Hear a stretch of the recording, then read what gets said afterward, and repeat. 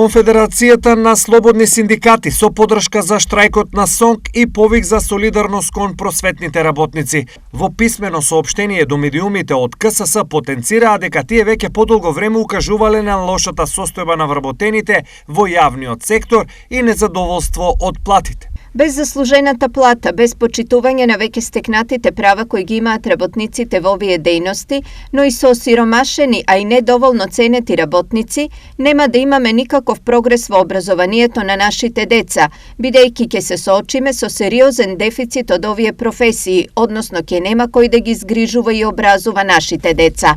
Стои во соопштението, идентично како и СОНК вчера и од КСС денес побараа разбирање од родителите.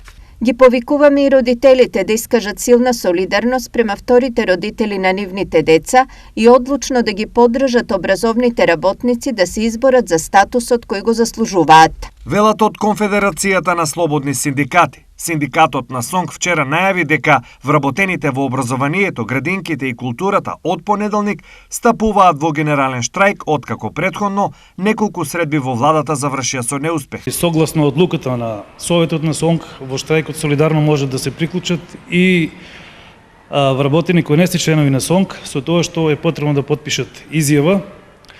Со оваа изјава тие ќе бидат заштитени, истите права и обврски ќе важат како и за членовите на СОНК. Од друга страна, од Министерството за труд и социјална политика уверуваат дека и покрај штрајкот на вработените во градинките, сите деца ќе бидат згрижени.